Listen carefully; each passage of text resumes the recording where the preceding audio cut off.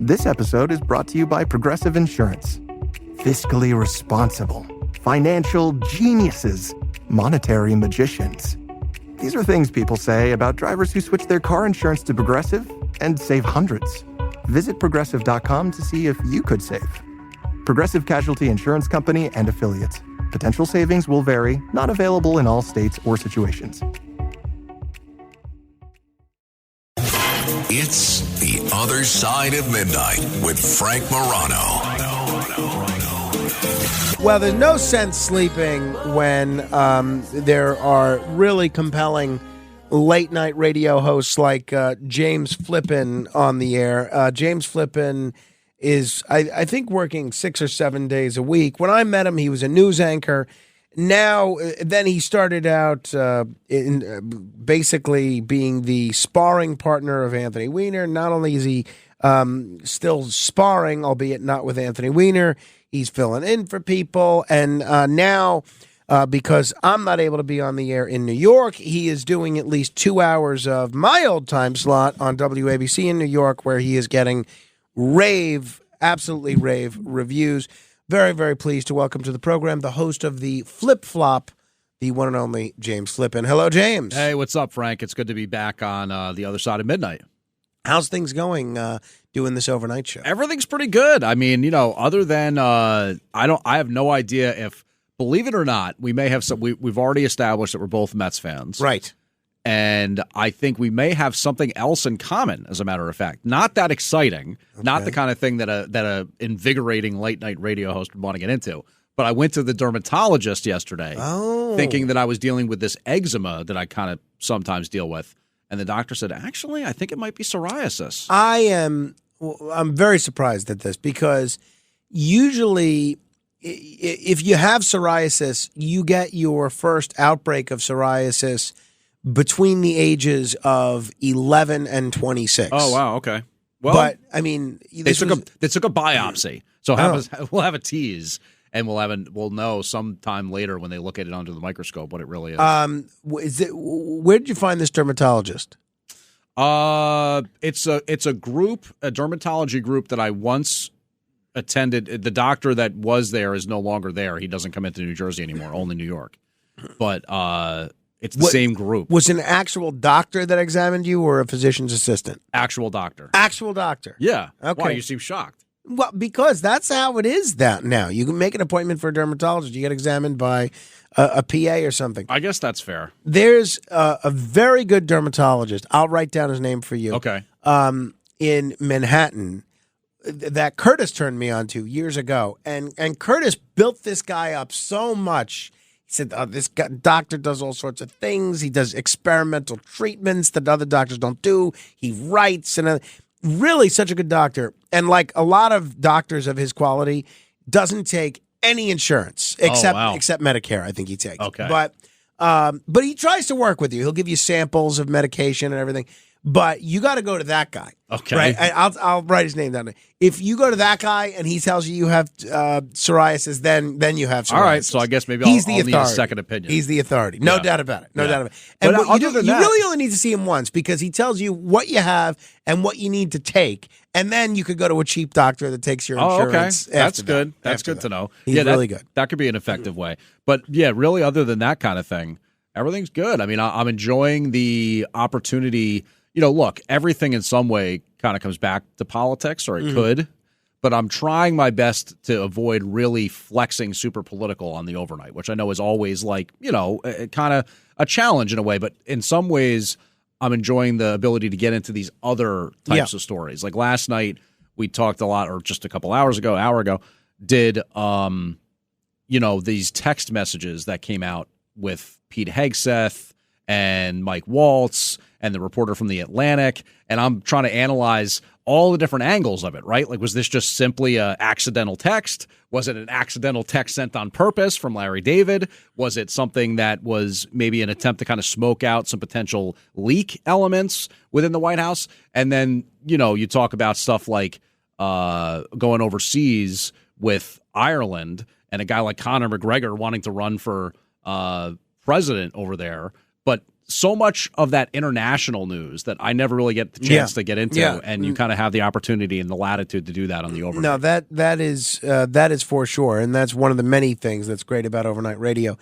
What was your take on those? The sending the war plans to Jeffrey Goldberg. What do you think happened there? I mean, I said this before, and I think it's fair that there's probably any number of people listening who would say, oh my gosh, this guy's giving way too much credit to Trump, way too much credit to the Trump White House and all that. And maybe that's possible, but I just find it very suspicious that of all people, Jeffrey Goldberg of The Atlantic would be just included on this text message. And supposedly, I was even listening to the news just now where, Mike Waltz is the guy that added him to the text chain. Now, I don't know that much about Mike Waltz's background, but if it had been Pete Hegseth that added him to the text chain, maybe since they're both kind of media guys or kind of just were recently media guys, that they walk in the same circles and stuff like that. You could see where he thought maybe he was adding a different Jeff or somebody with the initial J. Well, that's what I'm wondering. Or a different Goldberg. Or a different Goldberg. I don't know.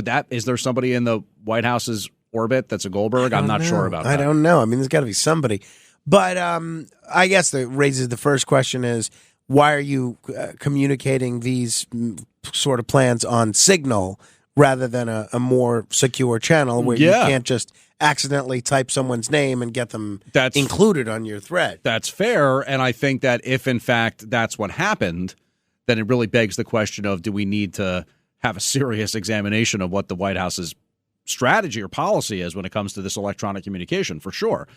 But just the way that the text messages were written, saying Europe needs to do more, and this whole shipping channel stuff is totally screwed up. It's Iran's fault. It's all this kind of stuff. It was so on message. I don't know if that's really the way that they'd be texting about some disagreement over whether it's the right time to send this or whatever, getting back into the core policy. Maybe that's how it goes. I don't know. To me, it was very, very convenient that this type of correspondence was dropped on the lap of Jeffrey Goldberg, and then it gets put out there, as I was saying before, in an area where the left is not very strong right now. Even their own side doesn't like their foreign policy. So if you can find a way to kind of put it back on the Biden White House, this whole Houthi, Red Sea, shipping channel, inflation, so you think all it kinds might of have been problems. intentional? Potentially. Okay. Well, I mean, I'm not sure as an American if I'm rooting for it more to be intentional or unintentional. I'm not sure which is a better option. But I'll just say this. As I noted, Trump is the guy that years ago would call up papers and pretend to be a publicist, right, and he was actually himself. John Miller, right. So I just don't think anything's past them in terms of playing some of these little clandestine games, and they obviously had a lot of problem with leakers the first time around. Maybe they're trying to use some of that to their advantage this time. I don't know. I imagine this is going to be investigated 6 ways from Sunday. Hey, did you do any of these genealogy websites like 23? Yes. Which one did you do? Not the one that's going out of business. So I think it's Ancestry DNA. That's the one you did, Ancestry? I believe so, yeah. And what did you find with that? It was kind of interesting. I mean, I found more or less it was a confirmation. I'd always believed, and in hearing my grandparents and my parents talk about it, that I was more or less a UK mutt, which is true. English, Welsh, Irish, Scottish, that's pretty much the lot of it. But I did have some stuff on there that was kind of surprising to me, like a small percentage of Basque, Spain. Ah, really? Yeah. And I think maybe somewhere in Norway or Denmark or something like that. So, I found it kind of interesting. When you did the Ancestry DNA, did you check into the privacy restrictions and what they can do with your DNA now that they have it? That's a good question. I honestly don't recall. It was probably at this point about 10 years ago that I did it. Every now and then I'll get an email notification saying, oh, your 6th cousin from so-and-so. And I'm like, well, I don't know who that person is. Did you meet any of them? Any of these people that you've shared DNA with? No, but I do have some kind of cousins and some people on my grandfather's side, my paternal grandfather's side, in the Kentucky area. And it's kind of fun to see those last names pop up on there. I know obviously the Flippin last name and then kind of the offshoots of that I'm aware of. So my father has spent some time out there in Kentucky in the last 5-10 years and met some of those family members. Really? Having not necessarily met all of them before. Maybe the one cousin who would come out to New Jersey. But was the ancestry, was that the impetus for your father meeting those relatives? No, that so was he where... could have met them regardless. Yeah, that was sort of like where maybe he'd fallen out of touch with them a little bit, but they were honoring my grandfather or something like that, so my dad went out for that, and they kind of reconnected through that. But no, it never... For me, it was really more the curiosity of it. And I have a relatively large immediate family, like with a lot of first cousins and stuff like that. So I don't know if I was necessarily seeking that out, but I could see where maybe some people would be if they didn't necessarily have a lot of cousins. How many siblings do you have? So I have 2 brothers. And how many first cousins? Let's see. I have 4, so 6. Combined both families, upwards of around 15 to 20. Whoa. Yeah. That is a lot. Yeah. I mean, my father was one of 5 children. So, that makes it significant right there. I'll say.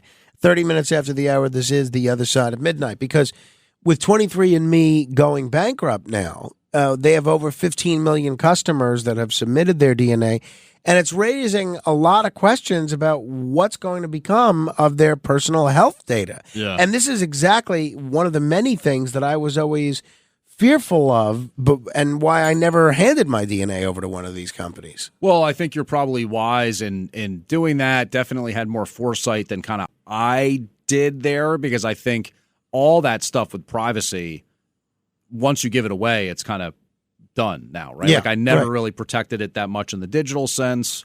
Definitely in this instance, I was like, I want to know. Well, I am curious too, but I also don't love these strangers. So these so in essence, like the bankrupt organization still has as an asset that DNA? Yeah, and I mean that's exactly right. Yeah, it sounds like this sounds like the beginning of a sci-fi movie, right? Yeah, now. no, totally. I really do think that this is tremendous cause for concern. Yeah, I agree with you. Honestly, I really do. All right. The other news on the geopolitical stage is that President Trump announced 25% tariffs on any trade with countries that buy oil or gas from Venezuela in order to pressure Venezuela over alleged Tren de Aragua gang infiltration into the United States. And the tariffs are supposed to begin April 2nd. Yeah. And this is interesting because we don't import a lot of gas from Venezuela ourselves, but China is one of Venezuela's largest buyer of oil and gas, and there are already plans for a lot of Chinese tariffs. There are already some Chinese tariffs already in place to whack them with another 25%. It'll be interesting to see if that happens. Now, who knows? It wouldn't be unprecedented to, at the 11th hour, alter this sort of tariff arrangement, but what is your view of this tariff Venezuela situation? Well, I mean, as you said, there's been a lot of that kind of like taking it up to the last second and then backing off some of the tariff stuff, much to the stock market's chagrin, I guess. But I think that a lot of this tariff stuff, it is aimed at China in a lot of ways. The way that the populist, America First, MAGA stuff goes forth, there's a desire from a lot of us to see more manufacturing come back to the United States, making and growing more and preparing more food here in the United States, kind of taking things back in both a national security and a nationalistic economic sense. So if China is going to have to face the music in terms of its, I heard it being described well the other day, they're not truly a reciprocal trade partner in the sense that they don't have any standards for their workers, right? They kind of have slave labor over there. The ability for them to pay nothing in the way of wages doesn't connect to what we do here. So we're generally speaking just the consumer class for this ongoing developing Chinese economy. I don't know what that really does for America. So I think the more that this stuff with China, Mexico, and Canada, for example, I think that is a little more performative or negotiations and harsh tactics. And, are you guys going to secure the border? Are you going to do this about that?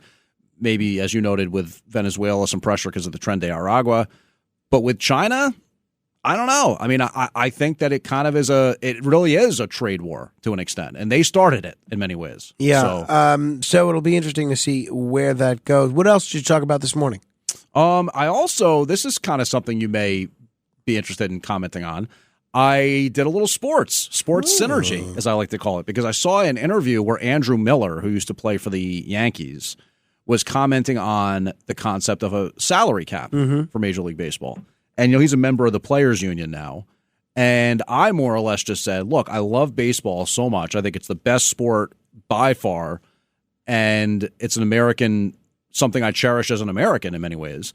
But the league that runs it is kind of lousy. No salary cap, no international draft. You can't trade the draft picks. You have all these teams that are just totally uncompetitive. Like, the baseball season's going to start on Thursday, and their season's over as soon as it starts.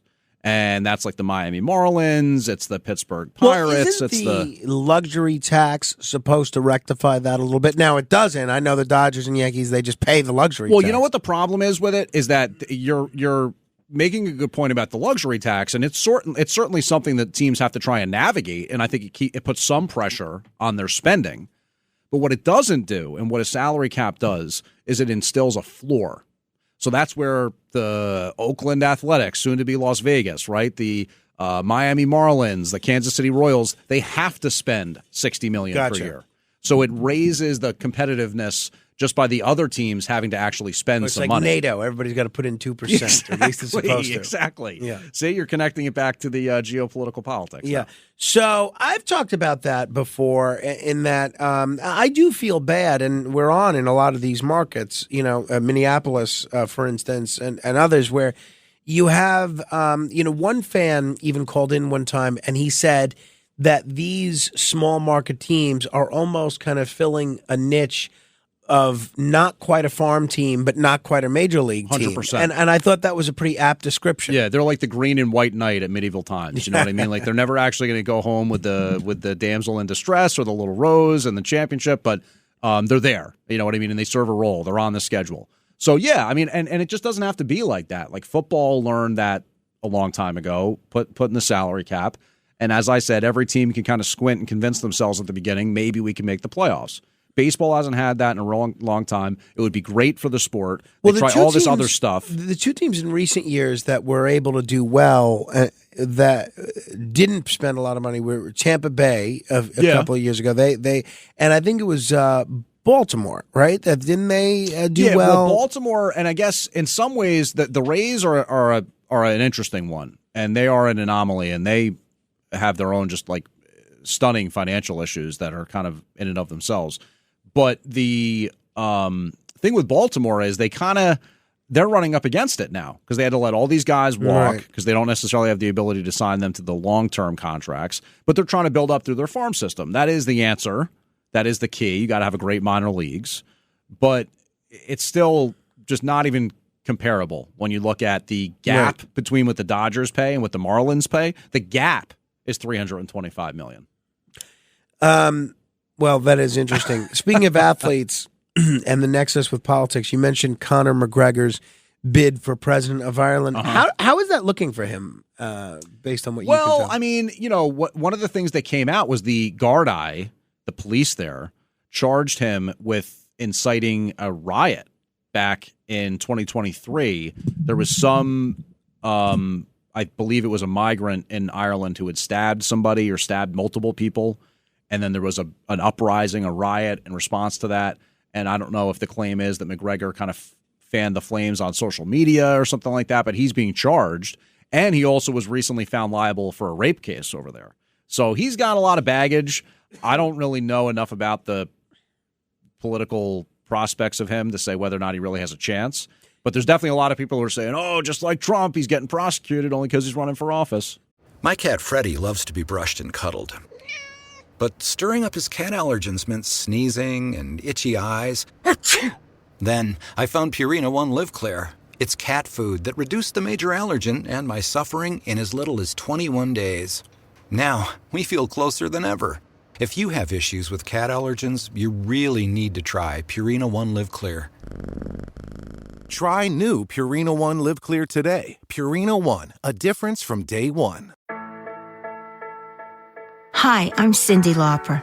My scalp was covered with psoriasis, which could lead to psoriatic arthritis. But Cosentix treats both. Cosentyx secukinumab is prescribed for adults with moderate to severe plaque psoriasis 300 milligram dose and adults with active psoriatic arthritis 150 milligram dose. Don't use if you're allergic to Cosentyx. Before starting, get checked for tuberculosis. An increased risk of infections and lowered ability to fight them may occur, like tuberculosis or other serious bacterial, fungal, or viral infections. Some were fatal. Tell your doctor if you have an infection or symptoms like fevers, sweats, chills, muscle aches, or cough, had a vaccine or plan to, or if inflammatory bowel disease symptoms develop or worsen. Serious allergic reactions and severe eczema-like skin reactions may occur. Learn more at Cosentyx.com or 1-844-COSENTYX. Cosentyx works for me. Ask your doctor about Cosentyx. Hi, this is Debbie, your Blinds.com design consultant. Oh, wow. A real person. Yep, I am here to help you with everything, from selecting the perfect window treatments to... Well, I've got a complicated project. Oh, not a problem. I can even schedule a professional measure and install. We can also send you samples, fast and free. I just might have to do more. Oh, okay. So the first room we're looking at is for guests. Shop Blinds.com now and get up to 50% off with minimum purchase. Blinds.com. Rules and restrictions may apply.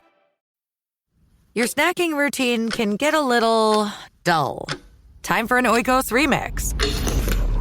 Like a crunchy storm of sea salt praline pretzels, dark chocolate, and butter toffee, showering down into a smooth, creamy yogurt. Enjoy 3 Oikos remix varieties with epic mix-ins and 11 grams of complete protein per 4.5-ounce serving. See remixyogurt.com. Now, are we going to see a situation where if he gets elected that Rosie O'Donnell will move back to the United States to get away from Conor McGregor? That would be tremendous. That would be great if all of a sudden she's just like a ping pong ball. Like everywhere she goes, she's going, I don't know, pick some South American country that like bends conservative all of a sudden when Brazil, she moves there. and then Bolsonaro gets elected again and she's got to move out of there. So she goes to Canada and then the guy Pierre or whatever is the new PM. She's got nowhere to go. Yeah. By the way, what are we hearing on the Rosie O'Donnell front of her exile to Ireland? How's that going? You know what's so funny about that is I had no idea. I really don't mean that in like the being mean about Rosie O'Donnell sense, but I really honestly hadn't even seen that news story. And then I think it was Blaze who I heard mention it sometime recently. And I thought, what are you guys talking about with Rosie O'Donnell? What's going on with that? Like asking him during the break. And he's like, oh, no, she moved. And I was like, oh, I didn't even know. But I mean, look, if nothing else, good for her for not being one of these Hollywood liberals who says, I'm going to move, and then they never do. Yeah, no, so she really did. I completely agree. All right, the other thing that's getting a lot of attention is, and maybe you can help us out with this one, is apparently President Trump was not happy with his portrait in Colorado. I saw that. Yeah. The only thing I can think of with that is having looked at the portrait. It doesn't look great. It's not I wouldn't call it a flattering portrait. No, it's not necessarily flattering. I think it also kind of looks a little bit like he did during the first Trump presidency. Now, I have no idea if there's anything that's changed in his life or routine or anything like that. I think I'd heard something about him maybe drinking less soda or something like that. But he looks a little more round-faced, a little more moon-faced, I think, in the portrait. The Colorado one. Yeah. So maybe he feels like it's making him look a little more heavy-set than he actually is. But I don't know. I'll say this much. I said this on X the other day, at X James Flippin, that the stuff that goes on in Colorado, I used to talk to my cousin because he moved out there. He grew up in New Jersey, moved out to the Denver area, loves it. And he'll always say, it's not that, it's purple out here. It's purple. And I'll say, no, it's not, man. It is freakishly blue. Now, I understand the western part of Colorado, not so much. It's got that area that's, Lauren Boebert or whatever. But Denver, man, it is like just as bad as Portland, LA, parts of New York. It's like stunning, some of the stuff you see. Like I saw this long form video from some protest at a park in Denver. And these people, I mean, the definition of unhinged, like just the definition. So I don't know. I can't make heads or tails of the stuff in Colorado, but. Well, neither can I. What about in our backyard in New York City? I mean, it was looking like up until yesterday that Eric Adams was leaning towards running for re-election as an independent, which, Yeah. if you're a Curtis Lewa fan, is great because that potentially puts Curtis in a position where he can win with a plurality of the vote. Yeah, I was excited to hear that, and then I understand that's not true. Yeah, so as of yesterday, I mean, Adams was pretty adamant. Now people can say, well, okay, who cares what Adams says? He changes it every other day. But it would be tough for him to backtrack from the adamant statement that he's running as a Democrat, right? I would think so. I mean, unless I don't know enough about like what the different some sort of strategy behind that. If like maybe he's trying to delay his official declaration of candidacy, so if he stays as an independent, he can continue to raise funds, but not do it as I have no idea. It doesn't make any sense to me. Yeah, I mean, I think his best bet is really to go independent. Try to cleave himself from. He can't obviously run as a Republican. That would just be ridiculous. But try to say, I am the outsider candidate, but yet having experience or something like that. I think it's going to be it's a very narrow path to victory for him regardless. But it was interesting that he went through this whole kabuki dance over that. So you still call it X, not Twitter. I like to refer to it as both.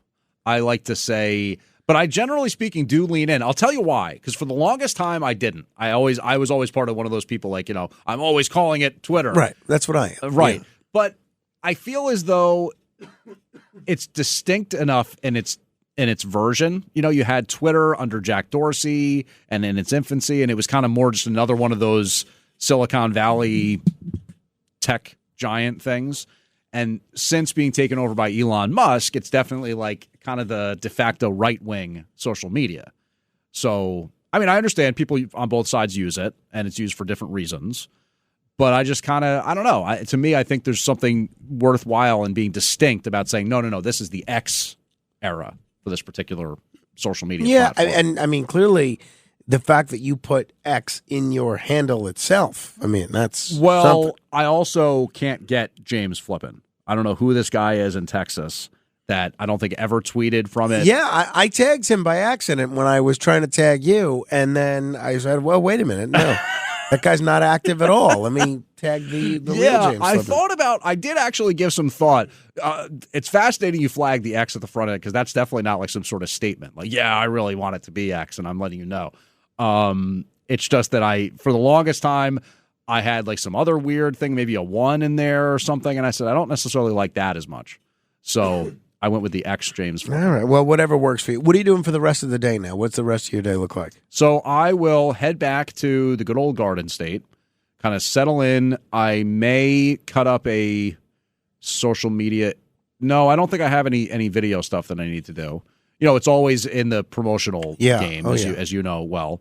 But no, probably just for the most part, kind of try to settle down because I know I've got something I got to do early afternoon tomorrow.